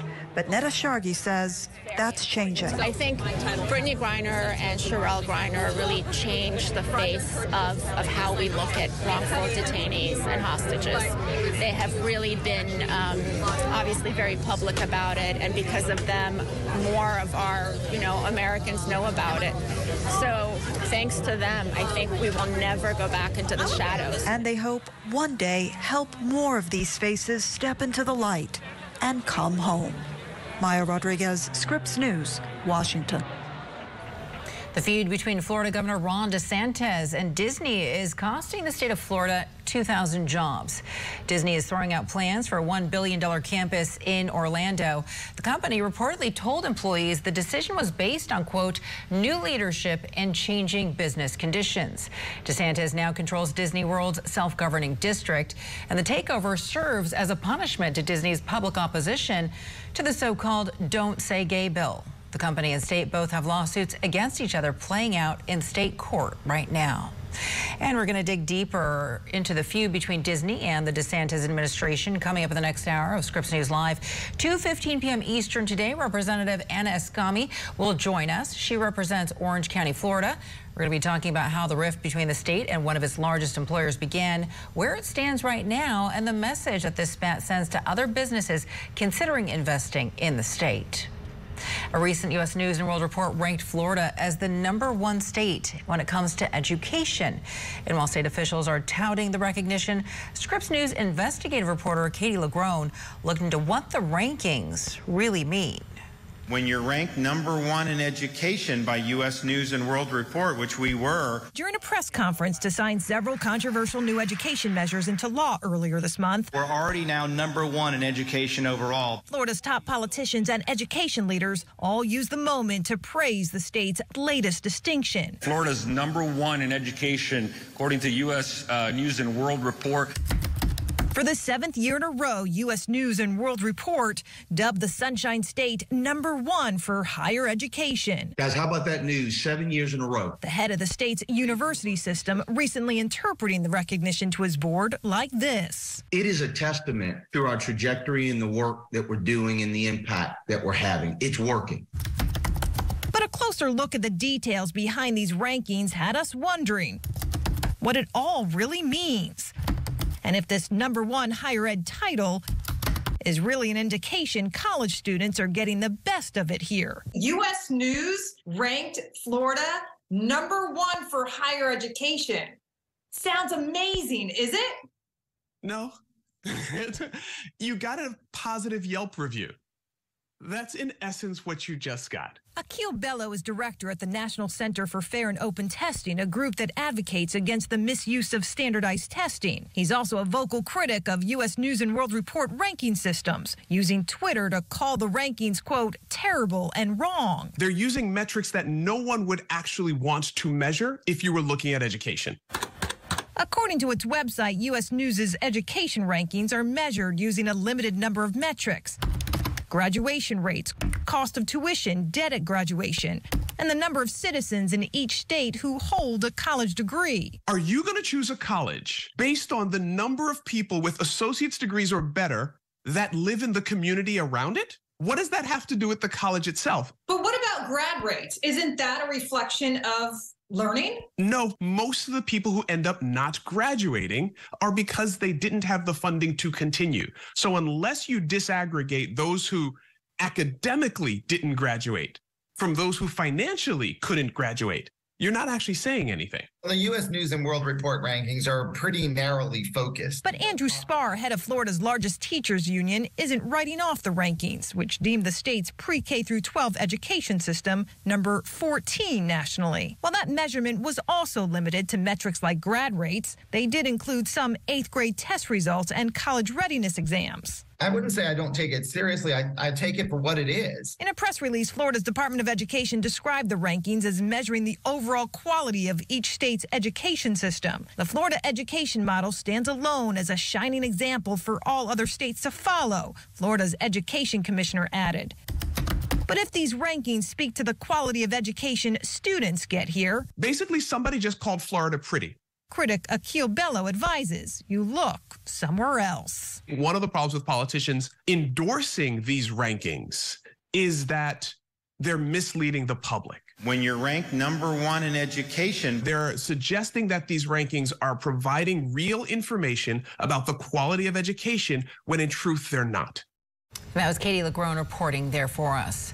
Still ahead on Scripps News Live, the findings of an investigation into suicides in the Navy call for the service branch to do some house cleaning. Also, pilots taking us on their journey to lift veterans out of a dark place. That rate for veterans is unacceptably high, and it's a tragedy. Coming up after a quick break, how they are fueling the movement to help veterans battling suicidal thoughts. That's next.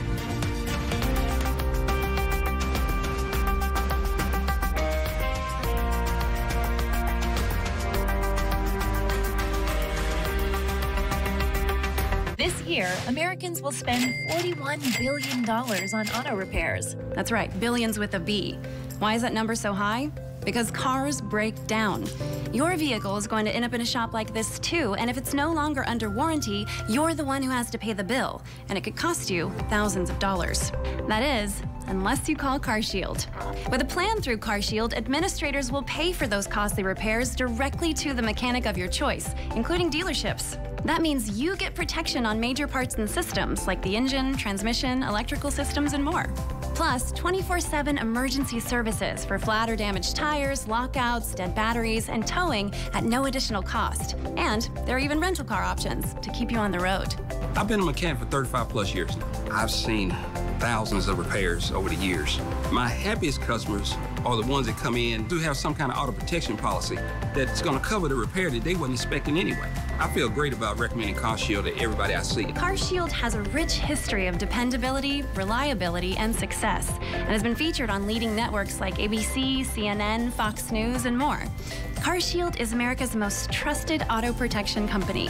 My mom told me to call CarShield, and I saved $5,000. You should always listen to your mom. As soon as my car broke down, CarShield jumped into action, and I had my car back within days. I've been with CarShield for close to 7 years. I have 3 vehicles covered, and I saved close to $9,000. I called CarShield and saved over $5,000. Yes, CarShield is a good value. Every plan through CarShield comes with a price lock guarantee, which means no matter how many repairs you need, the price you pay today will never change for as long as you cover your car. Call now and save money with your price lock guarantee. It's not a matter of if your car will break down, but when. Call CarShield now before it's too late.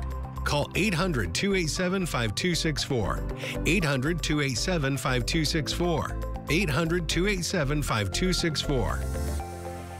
If you're living with diabetes,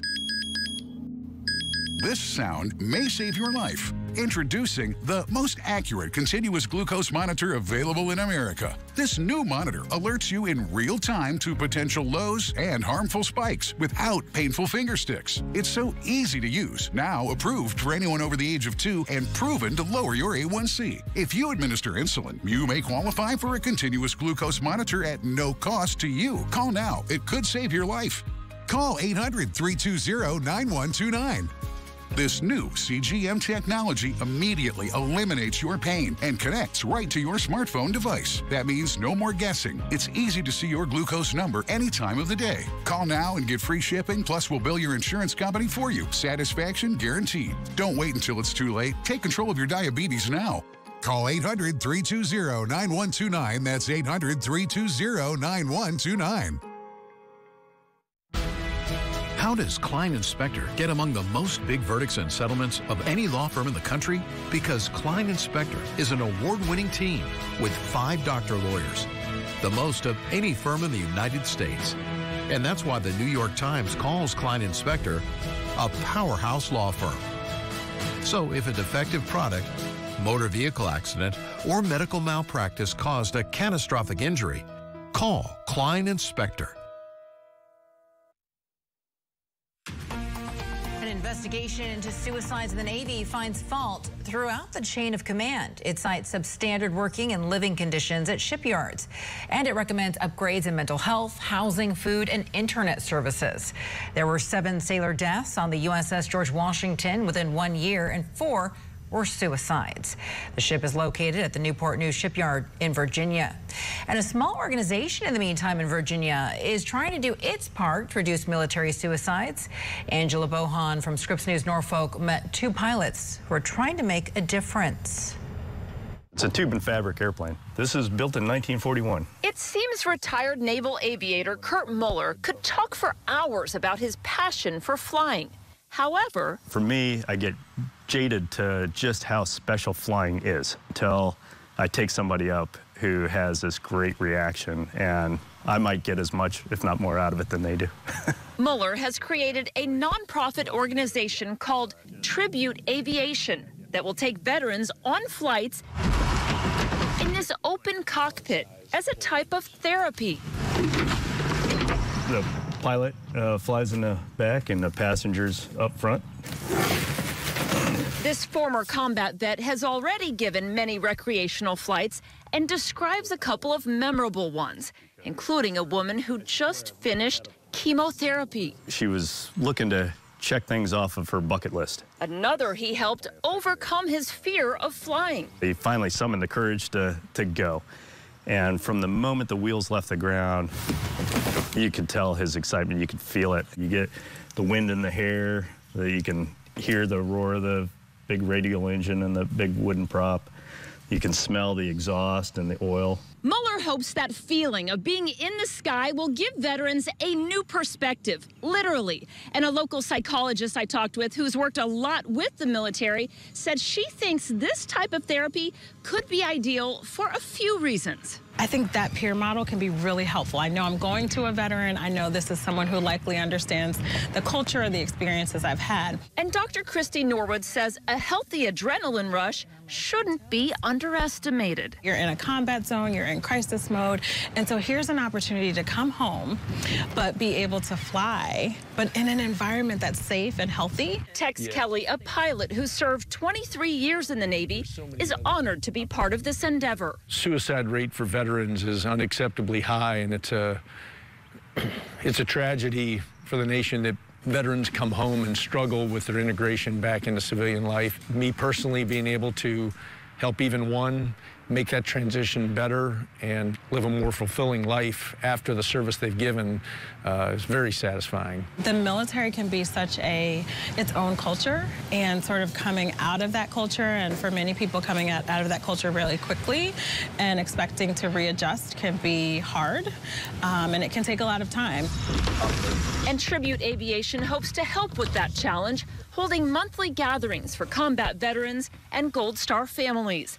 Their first event will be in June. I'm Angela Bohan for Scripps News. Still ahead on Scripps News Live, we're going to take you inside a game-changing chess tournament that is uniting the brightest minds across the country.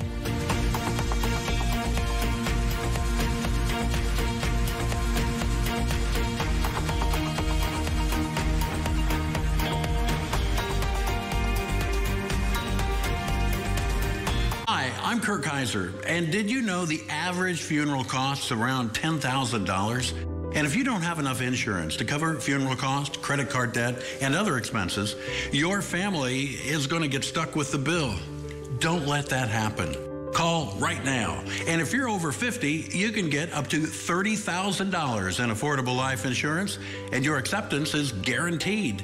That's right. If you're over 50, you can't be turned down for this insurance, regardless of your health. Plus, there's no medical exam and no health questions. Your rate will never go up. Your coverage will never go down.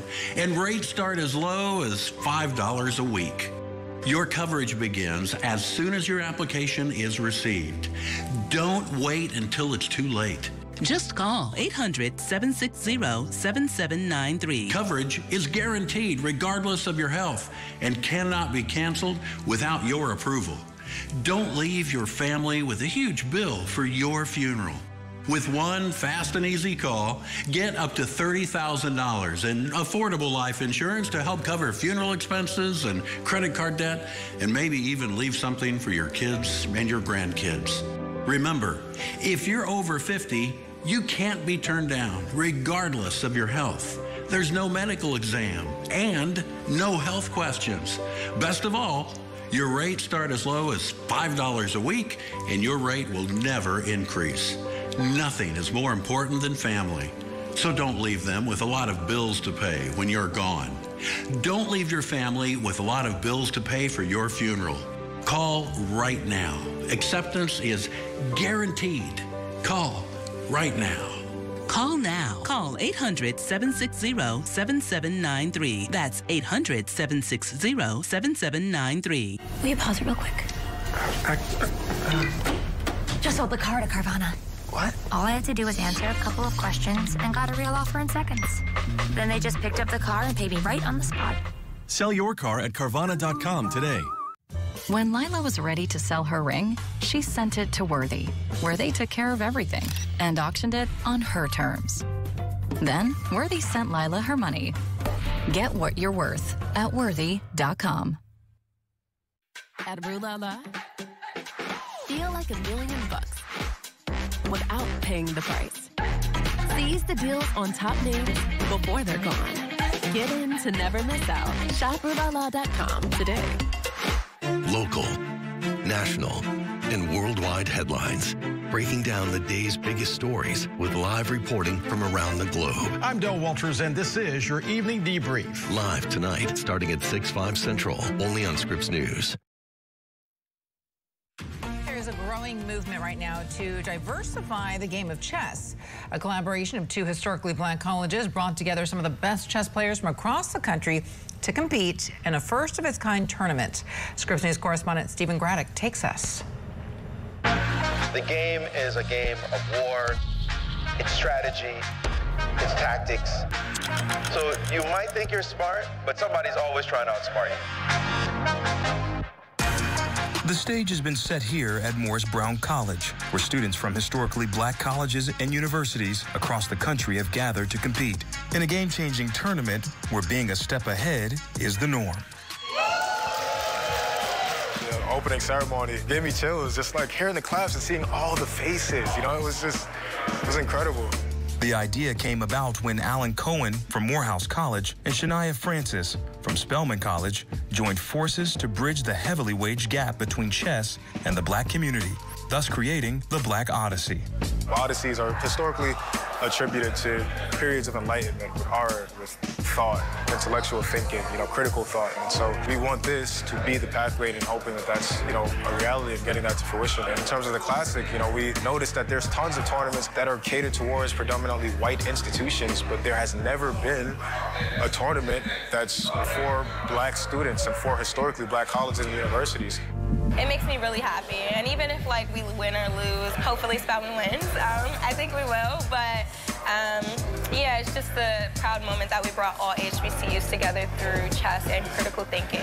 Helping spearhead the event as an advisor is chess grandmaster Maurice Ashley, the first African-American to earn the title, who wouldn't even take it easy on me in a practice round. So your pawn was brave, but now it's dead.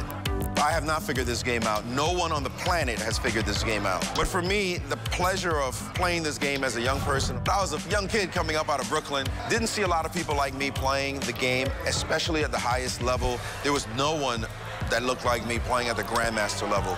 So for me, it was a journey that the truth of it was my passion was to become a grandmaster. A goal he accomplished in 1999, and to this day still pushing the limits of his potential, an inspiring mindset for the next generation of chess players. I've been a part of history myself, and I know that history is powerful. When you look at these young people and listen to them, they're talking the language of history, and they understand the moment. These are college kids. These are kids who have had a chance to study history, to understand their place in it, especially going to a historic black college or university, to be able to look at an event like this and say, I'm proud to be a part of this. I want to be a part of this. Behind the scenes is president of Morris Brown College, Kevin James. He hopes this historic day encourages even more activity within the chess community. We just want to do what the students want to do. We want to be innovative and bring activities that students enjoy. And so chess, all the data shows how it shapes you as a human being, how it shapes your academic mind. And so this is just the beginning. I'm Stephen Graddick, Scripps News. Straight ahead in your next hour, Scripps News Live, new developments coming out of the G7 right now. President Biden confirming that he personally has signed off on a plan to train Ukrainian pilots. We're going to share another decision that he's weighing that could be a game changer in the war between Russia and Ukraine. I'm Veronica De La Cruz. Thank you so much for spending some time with me. Don't go anywhere because Lauren Magarino is up next. She has more of the day's top stories. We'll be right back.